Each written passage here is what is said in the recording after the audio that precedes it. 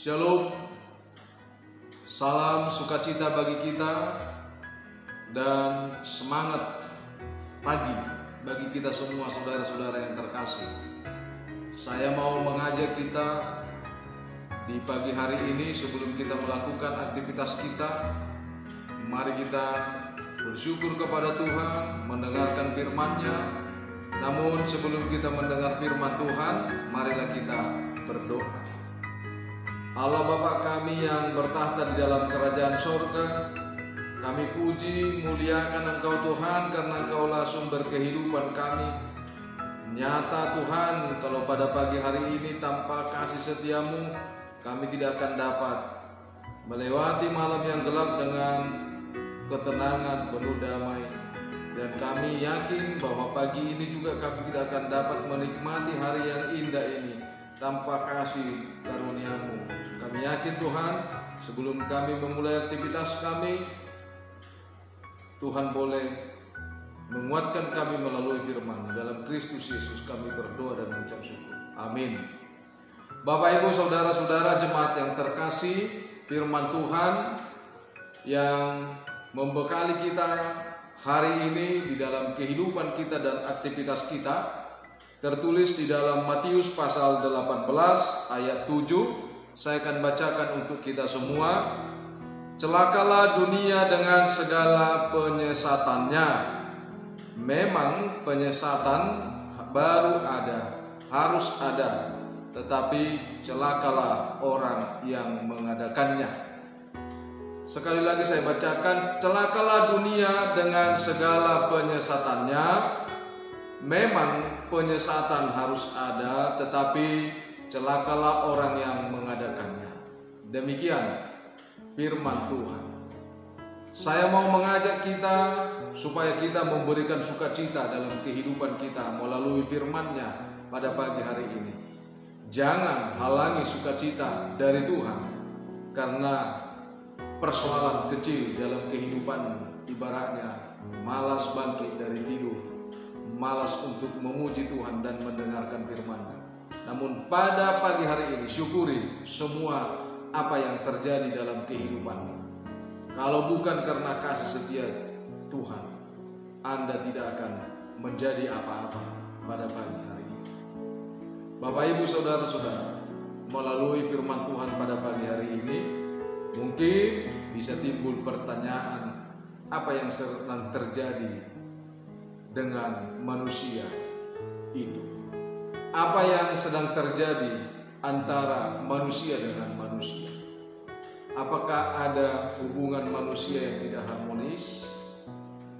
Apakah ada sesuatu hal yang terjadi dalam kehidupan manusia itu yang dibungkus erat-erat, yang tertutup, sehingga pada pagi hari ini firman Tuhan mengingatkan kita tentang penyesatan yang terjadi dalam kehidupan kita.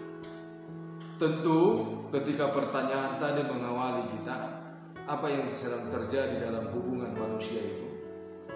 Seandainya hubungan manusia yang satu dengan yang lain rusak, maka yang lebih awal rusak adalah hubungan manusia itu dengan Allah.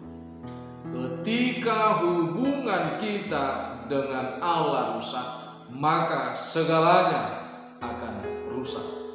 Apapun yang kita lakukan, baik itu pembicaraan kita, baik itu pikiran kita, baik itu tenaga kita, tidak akan yakin lagi kita bahwa itu didasari oleh kebenaran. Kalau hubungan kita dengan Tuhan rusak. Bapak, Ibu, saudara-saudara, mengawali das ini kita harus mundur ke belakang di tengah-tengah bait. Ketika ada pertanyaan tentang siapakah yang terbesar di dalam kerajaan Allah, tentu itulah yang akan dijawab oleh Tuhan. Yang pertama sekali di tengah-tengah orang-orang yang mengikut Dia, bahkan di tengah-tengah kita pada saat siapakah yang terbesar di dalam kerajaan Allah, bukan secara fisik atau berat bobot daripada seseorang, Tapi ketika kita berbicara siapakah yang paling besar di dalam kerajaan Allah, bukan soal masalah usia, postur tubuhnya yang besar, tetapi dilihat dari kejujuran dan kesetiaannya kepada Tuhan. Bapak, Ibu, saudara-saudara, mungkin kita diajak mundur 2 hari yang lalu tentang apa yang menjadi khotbah santapan kita pada hari Minggu 24 September tentang Nuh, bahwa dari begitu jumlah banyaknya manusia, ada berapa bilangan yang diselamatkan oleh Tuhan. Seperti itulah orang-orang yang besar yang memiliki kerajaan Allah. Oleh karena itu Bapak, Ibu, saudara-saudara, firman Tuhan pada pagi hari ini membukakan pola pikir kita yang selama ini banyak sekali melakukan yang tidak baik, yang berorientasi dengan kebenaran manusia, bukan berorientasi dengan kebenaran Tuhan. Maka banyak hal yang kita lakukan yang bertolak belakang dengan kebenaran Tuhan. Selama kita melakukan apa yang bertolak belakang dengan Tuhan, tidak jauh apa yang disebut dengan firman Tuhan, penyesat-penyesat. Maka itu, jika kita pernah melakukan hal-hal yang bertolak belakang dengan kebenaran Tuhan, dan kita mau berbicara tentang itu, mau melakukan sesuatu dengan itu, dan mau berbuat sesuatu dengan itu, maka pada saat itulah kita disebut dengan penyesat. Terkadang kita tidak sadari, Bapak, Ibu, saudara-saudara, sedikit hal yang kita lakukan tetapi dampaknya bagi orang-orang luar biasa. Kita tidak menginginkan orang menjadi pelaku kebenaran Tuhan. Kita tidak inginkan manusia itu menjadi orang-orang yang setia kepada Tuhan, tetapi kita menginginkan bahwa mereka akan setia terhadap apa yang kita lakukan, apa yang kita perbuat. Karena itu Bapak, Ibu, saudara-saudara, jangan pernah melakukan keinginan dan ambisi semata dengan pola kebenaran hidup kita. Dia akan bisa berdampak buruk bagi kita. Sehingga ada orang yang mengatakan bahwa terkadang seseorang itu bisa susah melihat temannya senang, dan dia senang melihat temannya susah.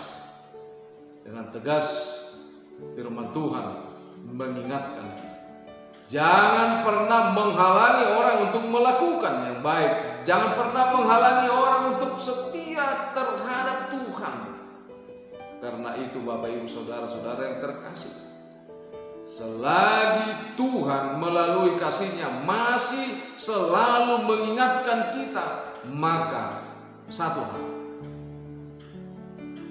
kita diizinkan oleh Tuhan pada pagi hari ini untuk melawan orang-orang pelaku kesesatan itu. Karena apapun yang menjadi upah mereka adalah kecelakaan.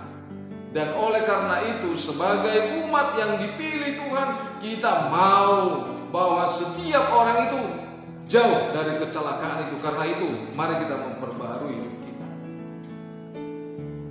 Saya pernah membaca suatu doa yang mengatakan seperti ini: Tuhan, jadikanlah aku pembawa damai bila terjadi kebencian. Jadikanlah aku pembawa cinta kasih. Tuhan, jadikanlah aku pembawa damai bila terjadi penghinaan. Jadikan aku membawa pengampunan. Bila terjadi perselisihan, jadikanlah aku pembawa kerukunan. Bila terjadi kesesatan, jadikanlah aku pembawa kebenaran. Jika terjadi kebimbangan, jadikanlah aku pembawa kepastian. Bila terjadi keputusasaan, jadikanlah aku pembawa harapan. Bila terjadi kegelapan, jadikanlah aku pembawa terang. Bila terjadi kesedihan, jadikanlah aku pembawa sukacita. Ya Tuhan, ajarlah aku untuk lebih suka menghibur daripada dihibur, mengerti daripada dimengerti, mengasihi daripada dikasihi. Sebab dengan memberi kita menerima, dengan mengampuni kita diampuni, dan dengan mati suci kita dilahirkan ke dalam hidup yang kekal. Bapak, Ibu, saudara-saudara, mari kita hidup sebagai pembawa damai.